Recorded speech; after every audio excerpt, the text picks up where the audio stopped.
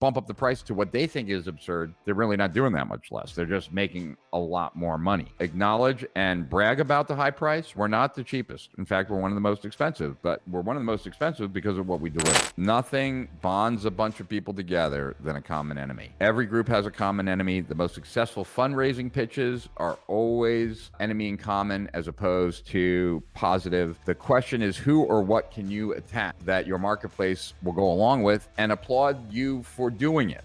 This is not an offer. This is an intelligence test. An offer you can say no to. If you're saying no to this, you failed the intelligence test.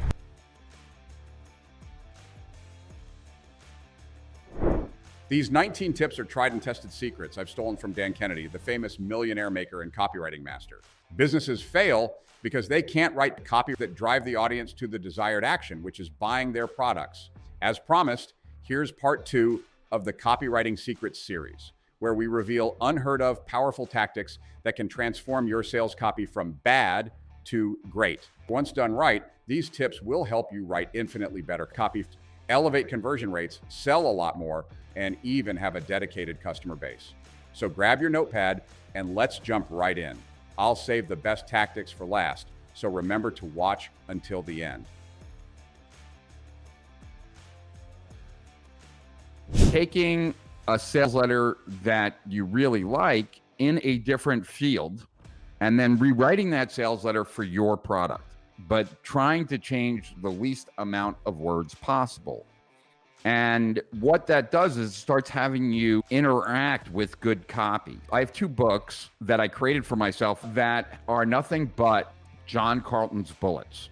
When I was learning, I would take those bullets and rewrite them for business. So these bullets were about fighting or for golf, but I would rewrite them about business.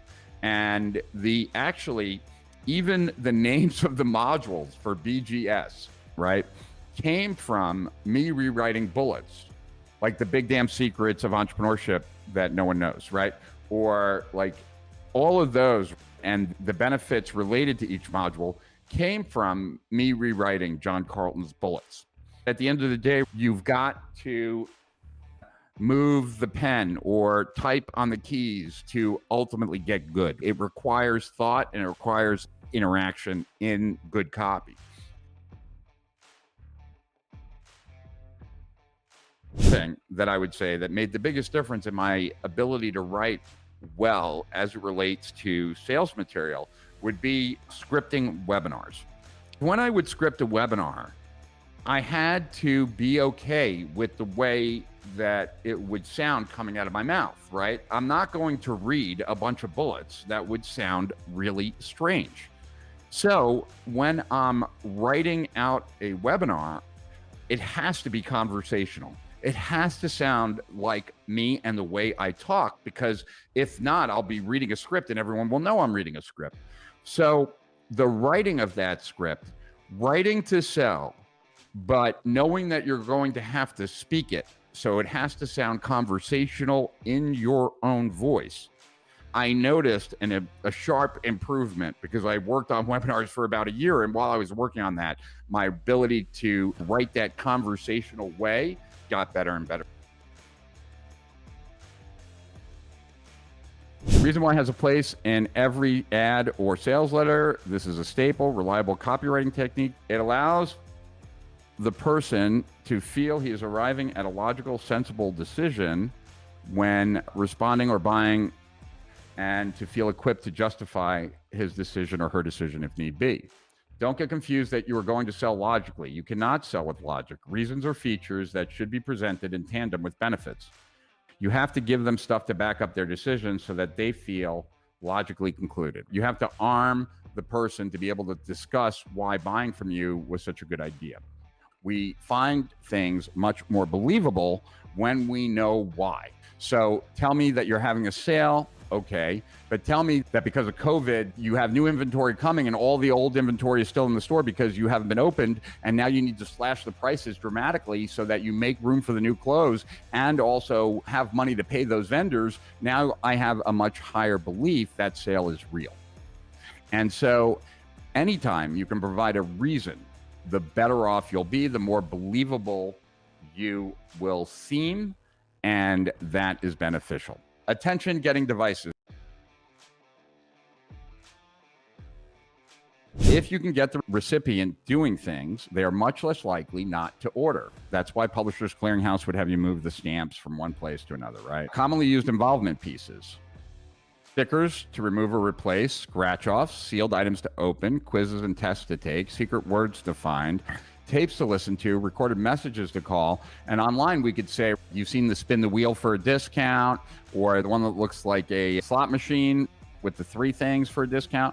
These are all involvement pieces, and they work online just as well as they work offline.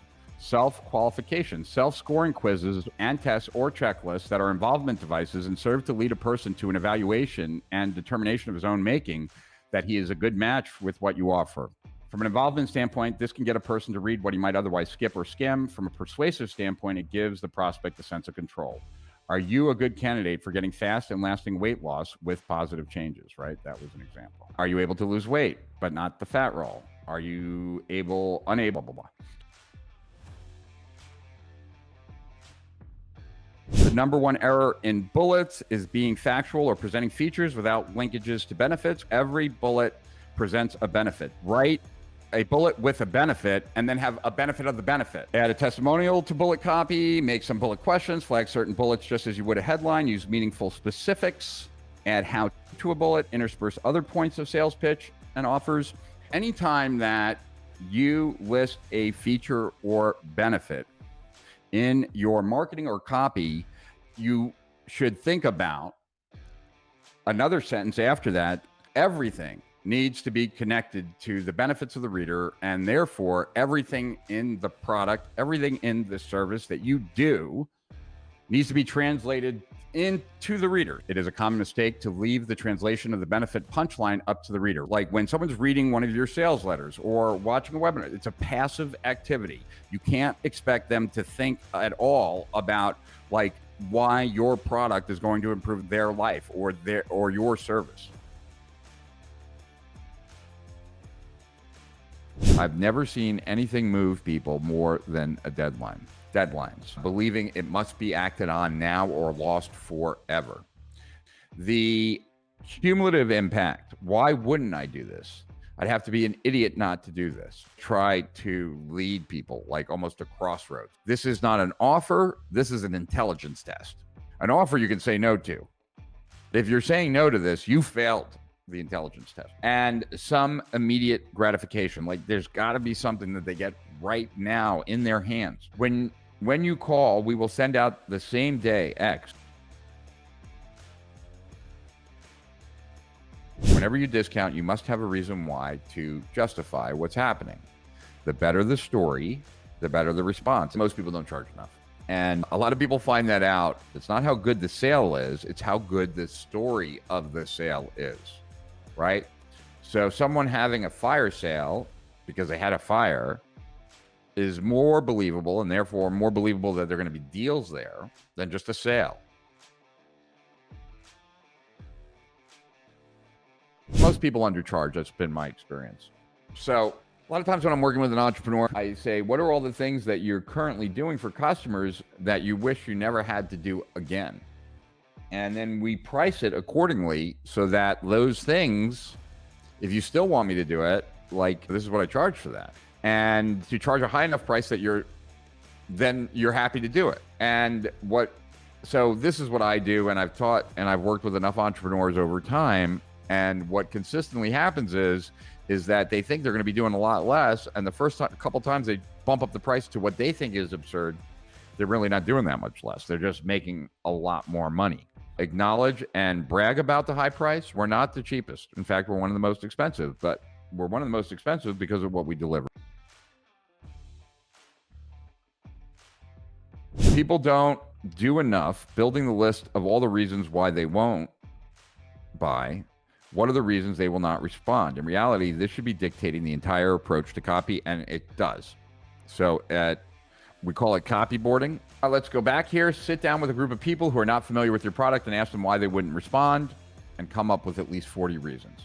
The most important thing a copywriter can do is identify, catalog, and understand each and every conceivable reason or excuse someone might have for not responding. When you acknowledge when something is wrong and you deal with it, you end up gaining their confidence even more. In other words, surfacing the objection before they surface it and then countering it is more powerful than waiting for them to surface it. You ought to guarantee what you sell. The only question is how big, bold, and dramatic a guarantee you are willing to make. The biggest and boldest guarantee that you can possibly do. And at the end of the day, you don't want dissatisfied customers. At the end of the day, even when someone's not entitled to a refund, if they're going to make enough noise, they can do a lot more damage than one product sale. I don't like dealing with people who are difficult. I'd much rather them be gone. So I'd rather give them their money back and go on their way. Enemy in common is the best means of creating instant rapport. The enemy of my enemy is my friend. Nothing bonds a bunch of people together than a common enemy. Every group has a common enemy. The most successful fundraising pitches are always enemy in common as opposed to positive. The question is, who or what can you attack that your marketplace will go along with and applaud you for doing it? If you don't have one, you should invent one. Every group has enemies. Hatred is one of the most powerful emotions, possibly the most powerful. So, romancing the stone. This was something I was already familiar with.